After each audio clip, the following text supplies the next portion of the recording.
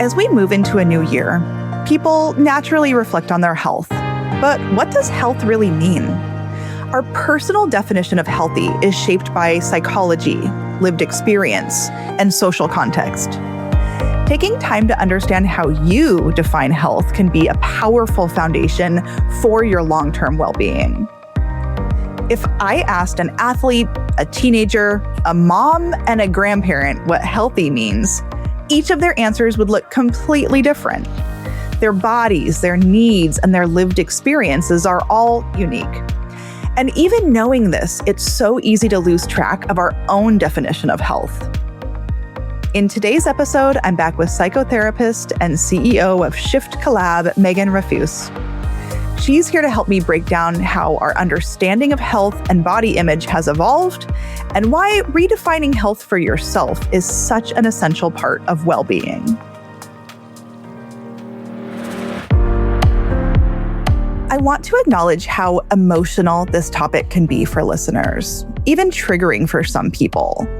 A lot of messaging that we get about nutrition automatically goes to weight loss or shrinking yourself or removing things and taking things out. But today, we're going to reframe that. Nutrition education should also focus on how food makes you feel. That means energy, comfort, blood sugar stability, and even emotional steadiness. To me, health is a whole person experience. As we jump into this episode, I invite you to approach this conversation with curiosity rather than self-criticism. We've got your back. To start, I want to hear Megan's thoughts on how she defines healthy and how that definition has shifted across generations. I'm so inspired by the work that we did in our last episode about gentle goal setting and finding your support systems and asking yourself the right question. And today we're exploring a topic that is really personal for so many listeners, how we define health and how that definition shapes how we see our bodies.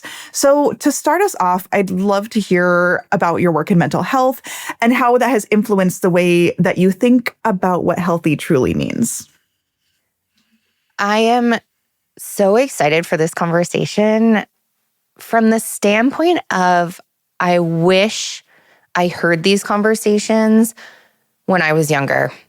I needed these conversations. And throughout the last 15 years, my work in mental health has made it impossible to define healthy the way that we, especially as women, but for everyone in society, has been taught to define it. I have sat with people over the years who do every single thing society labels as healthy.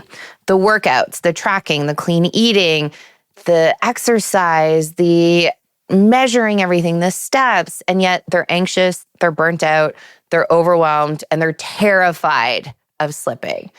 I've also sat with people in all kinds of different bodies who feel deeply connected to themselves, they're steady, and they're well. And so for me, healthy is no longer a specific look or a number.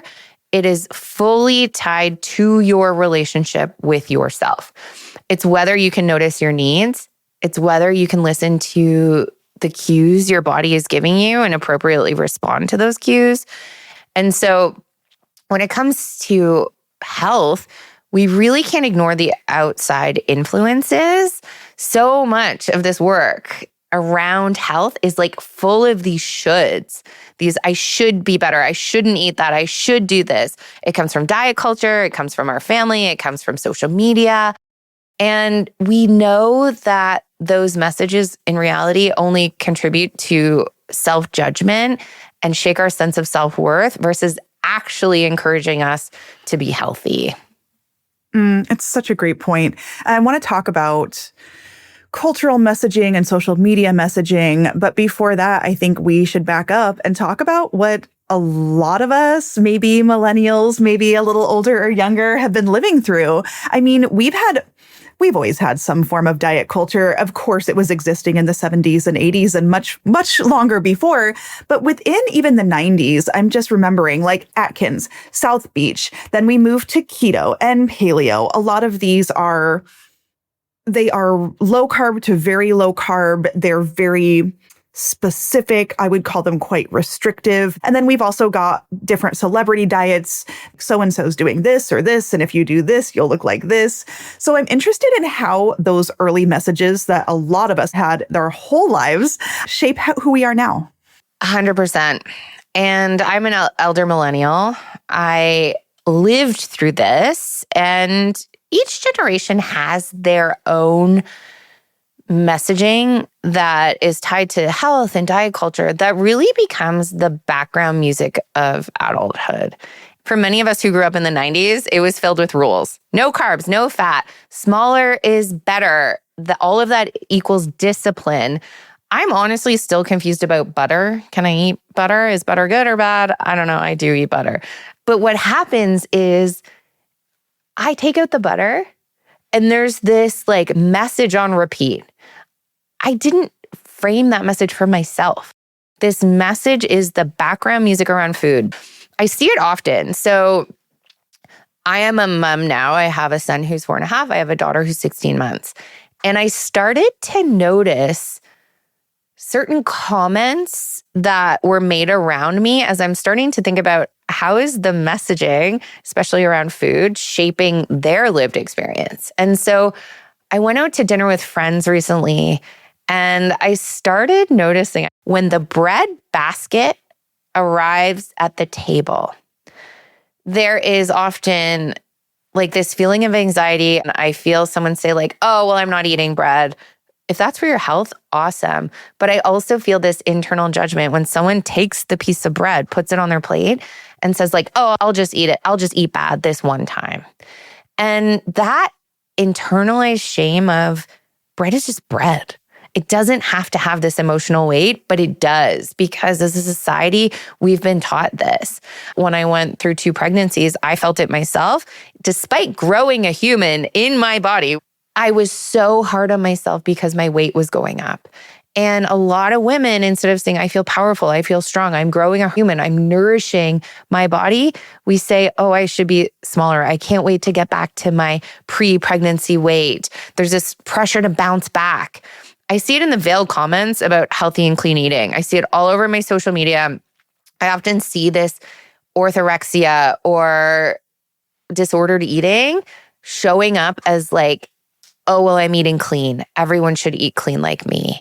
And so different generations really do carry these different rules. Gen X grew up with aggressive diet culture. Millennials grew up with clean eating. Gen Z is navigating this perfection through social media, but the theme is honestly the same. And we know that maternal diet behavior and messaging to children like strongly influences them, especially females, but both, of course. Yes, they're watching us. I want to dive more into that. You made me think of 3 things, though. One is we should define orthorexia. Do you want to define it and how you see it show up?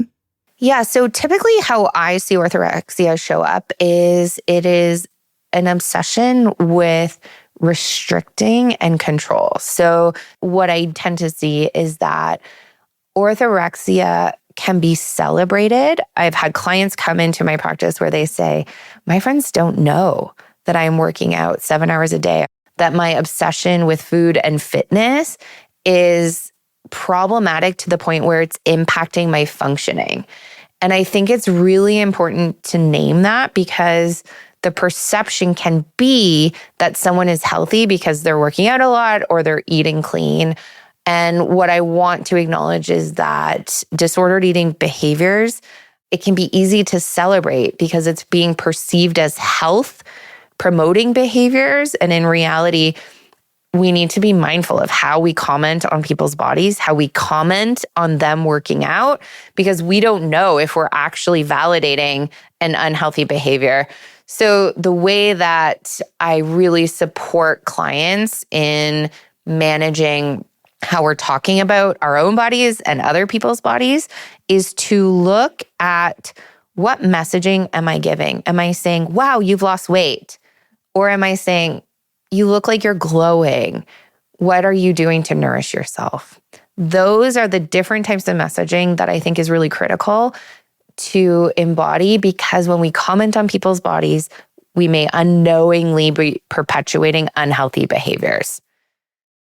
Yeah, orthorexia is more prevalent than people think, and it can be all around us. I was doing a presentation the other day, and so I pulled some research on that eating disorder, and it shows up really strongly in cancer care. And then it also is really prevalent in new moms, which is not super surprising to me. So it's a fixation on healthy eating, which turns into restriction. It's not because of body image like anorexia nervosa. It is fear of food and or perfectionism tendencies with food. So I'm glad that we're talking about that because it really fits into this cultural and social media messaging that we're getting.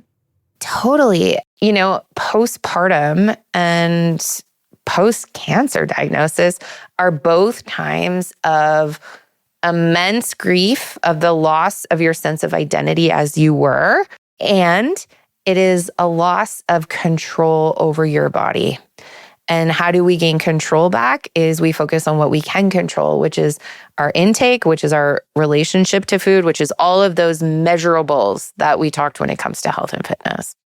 It's such a great point. And I wish more people knew that those are risky times for getting into this, I would call, trap of perfectionistic behavior that can lead to disordered behavior.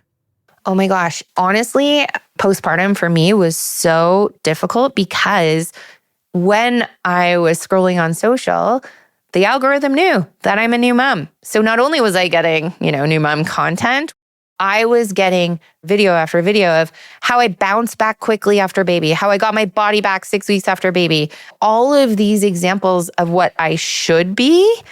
There's very little, hey, let's just buy bigger jeans. Let's just buy clothes that fit us better because you are in the trenches of full capacity raising a tiny human. I wish I learned in my prenatal classes is, hey, you can unsubscribe, you can unfollow because you are going to be receiving messages about your body and your body feels completely not like yours. Yes, 100%. And I want to loop back to social media, but something that you said reminded me of a very interesting week that I had a little while ago. I was talking to one client and she said, I've gained weight. I'm so upset and I refuse to buy new clothes. There's no way. I can't afford it. Absolutely not. I have to lose weight. So we had this whole conversation. And then the next day I had somebody that had lost weight and was like, oh my gosh, I'm so excited. I get to buy a new wardrobe. And it just struck me so strongly. I was like, we can't afford buying larger clothes. But if we have the opportunity to buy smaller clothes, it's this huge celebration. The difference there was so shocking and striking. And it just made me realize the messages that we get and that we tell ourselves regarding changing size of body happens many times during our lives. Totally. Something that one of my friends did that in hindsight, she must have seen that I was struggling postpartum, but she said, let me come over and help you clean out your closet. I had a lot of clothes that didn't fit me. I was feeling kind of isolated in my postpartum, and she came over. We tried on every item of clothing in my closet. She was there for half day.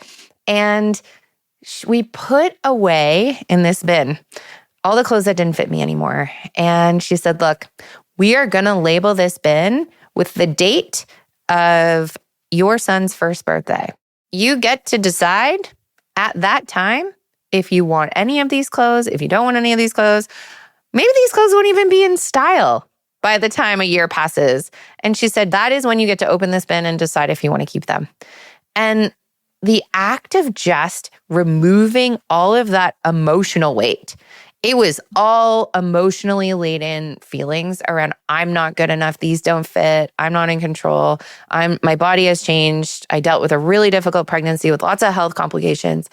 And it moved that narrative in my mind. Every time I went from the closet, it put that narrative in the box and it let the box go in the basement. And on that date, I didn't open the box. I think I waited 6 more months. I opened the box. I went through all the clothes and I was like, nope, I'm going to donate these. It allowed me to realize that, hey, I actually outgrew that box of clothes. I outgrew that narrative that I needed to fit into them. And I felt so relieved just to let it go. And I'm forever grateful for her. And I didn't need to do that after my second kid. I might need to do it in the future. And I have the skill now to say, we don't need to be keeping clothes because they have a number on a tag. We need to make sure that clothes are something that can allow us to feel confident versus define our sense of worth. Those are not the same thing. We don't get to let some piece of fabric define if we're worthy and some number. We define that and then we pick out our clothes aligned with already feeling good enough. I've been following 2026 trends, and I've seen several times that getting rid of old clothes or clothes that you wish you could wear again is actually a trend for 2026. So I hope this is inspiring folks to take a lead from your great advice. Oh my gosh, I love this. Maybe I have to do it again. But honestly, the best thing I can say is bring a friend. Tell the friend what you're struggling with. Invite them over. Say, let's have an afternoon. We'll have some coffee and chill and go through my closet. Maybe you return the favor because also your friend will just be really honest with you. Ask your friend to be honest. And I think that bonding with my friend also is awesome because now my friend checks in and says, hey, you signed up for a personal trainer. Are you still going? When we're vulnerable with the people in our lives, it opens up the door for them to be able to support us in the way that we actually need. And that takes courage.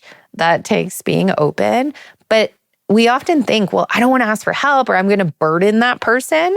Instead, I want you to think, well, what a gift it is to let my friend in closer so they can really know me. We can deepen the friendship and then they know how to support me instead of trying to figure it out on their own. I always love when friends are vulnerable with me. And this diet culture conversation I'm seeing come up at more conversations and more events I'm at with friends. We're starting to name and normalize how that has impacted our view of ourselves and how we're trying to unlearn what we have learned. And at the same time, not blaming my mom for what she learned from society. Instead, I'm thinking how hard that must have been for her too. This episode is brought to you by Orgain. Juggling life's demands while trying to stay mindful about what you eat deserves some kind of medal. And that's where Orgain's organic protein powder plus metabolism blend comes in. Each serving gives you 21 grams of complete plant-based protein with all 9 essential amino acids, plus a good source of fiber to help you feel satisfied. It also includes chromium, a key mineral that supports metabolic health and helps your body use carbohydrates more efficiently. It's made with just 1 gram of sugar and a thoughtful blend of organic ingredients like green coffee bean extract. You can find it at Orgain.com. How do we start to reframe how we see our bodies and, just as importantly, how we nourish them? I often ask my clients to name how food choices feel. Does this help me feel steady? Should I really be intermittent fasting? Am I energized? Do I need comfort? We need to look at that complexity instead of just, is this food good or bad? I almost always work with people on building meals around satisfaction and stability. That means a protein, some carbohydrates, including fiber and fat, in addition to what you enjoy. So much more important than restricting foods or even punishing yourself through food or not eating. For example, I'm constantly setting goals with people around adding in a carbohydrate source at dinner, maybe some quinoa, some sweet potatoes, some brown rice, because I find this is an area where a lot of people end up restricting, and then they're hungry or unsatisfied after their evening meal. If you want to do the work of shifting the way you view your body or your relationship to food, it's really hard to do it entirely on your own. You're going to need people in your corner. People who cheer you on, ground you, and remind you of who you are when old narratives get loud. You also might need experts on your team, like a great therapist and/or a dietitian to help you. So next, I wanted to ask Megan about her take on comparison culture too. now we're having this, can I call it an issue with social media? It's playing a really big role in the messaging of what is healthy. We've got wellness optimization going on. We have biohacking. So I'd be interested in how you feel about comparison culture and how that affects body image and self-worth. Oh my gosh, comparison culture convinces you that there is one correct way to be in a body, and that is optimized, sculpted, monitored, upgraded. And the problem with optimization is that it turns your body into this never-ending project. No amount of progress ever feels like enough because there's always new and novel and better ways to keep optimizing. So the antidote to this isn't pretending that you don't compare yourself. We all compare ourselves. It's a normal function. It's intervening in your train of thought before comparison becomes a thief of your own self-worth. So here's what I use with clients. I say, let's name this trigger. We are scrolling, we are seeing, a friend we went to high school with has done something and they're optimizing and they look really good. And in reality, my life isn't Jennifer's. So I need to name that this is triggering me. It is triggering me based on the lens that I see my world through. It is triggering me based on the beliefs I have about myself, and it likely has nothing to do with Jennifer.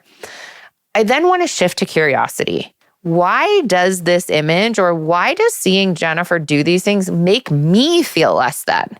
This isn't a zero-sum game. Jennifer can succeed without it meaning that I'm failing. So in that moment, I'm also going to remind myself that I need to reconnect with my own body. Am I breathing? How many of us hold our breath all day and walk around with our shoulders up and constantly live in this high stress, cortisol fueled feeling of ambition? Why did my mood just shift, and what is happening in my body? And then I'm going to decide how I respond to that. So I might limit my input. You know what? I might just unfollow Jennifer. She doesn't need to know, but I know that when I'm looking at Jennifer, I feel inadequate. So that's not healthy for me. I'm just going to unfollow her. I can't build a healthy sense of self-image when I am looking at someone else's version of perfection that we know is the highlight reel. Our brain can't compute still. There's lots of studies around this, that social media is someone else's curated highlight reel. Our brain assumes this is reality. And so it's my job to limit my input and look for healthier ways to find motivation around changes that I want to make, rather than leading from a place of emptiness or unworthiness, or I'm not going to measure up. If we set a goal based on that, based on punishment, we are not going to complete our goal because it is based on a feeling of lacking versus a feeling of worthiness. How do you guide people then towards making choices that support their internal experience rather than this external experience, expectations, or comparison? I typically encourage people to get really good at understanding your own thoughts. So I say, when you notice this happening, what were you thinking? What were you thinking right before your mood changed? Underneath these kind of comparison patterns is often our own pain and shame. So we know that when we fall into these cycles and when we notice it impacting our mood, it's because we're viewing it through a lens by which we're seeing the world. So for example, I love this glasses analogy when I think about core beliefs. So every day I wake up in the morning and I have a pair of glasses next to my bed, and I have to put them on to get through my day. And on the lenses of my glasses is written my core beliefs. So this belief that I have about myself that's been wired based on feedback I've received throughout my life. I wake up in the morning, put on my glasses, my lens says I'm not good enough. I pick up my phone and start scrolling. I see that, my work colleague just ran a half marathon. Instead of feeling excited for that colleague, I'm looking through the lens of I'm not good enough. It is going to start strengthening my belief that I'm not good enough is getting bolder on my lens. Then I go for lunch with my coworkers, and maybe my coworker is talking to the person next to them the whole time instead of me. It's going to validate the I'm not good enough. We go through our lives with a belief that we have about ourselves, and we look for evidence inadvertently and unconsciously that will validate that belief. So what I do is I say, hey, what if we could just take those glasses off for 5 minutes?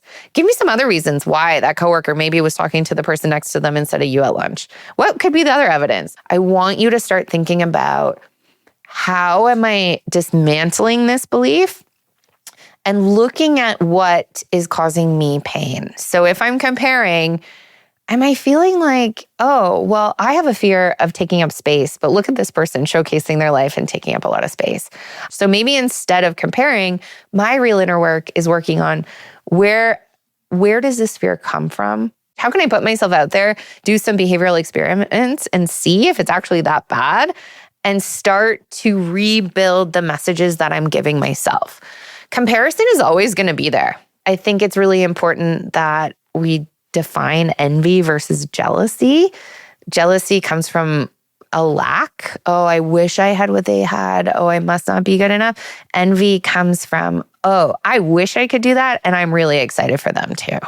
And so I think our goal here is really to say, we live in a world where social media isn't going anywhere, but we get to decide how we use it as a tool, and we get to do the deep inner work of recognizing where our own beliefs about ourselves, our own emotions are robbing us of interacting with this tool and the people on the other end of the tool who we could probably forge better relationships with if we weren't coming at this from a belief around ourselves that is tied to lacking. And honestly, we know the mental health impacts of social media is really negative. So beyond building your inner skills, I actually encourage people to limit their intake. Limit that social media intake. See if you feel better.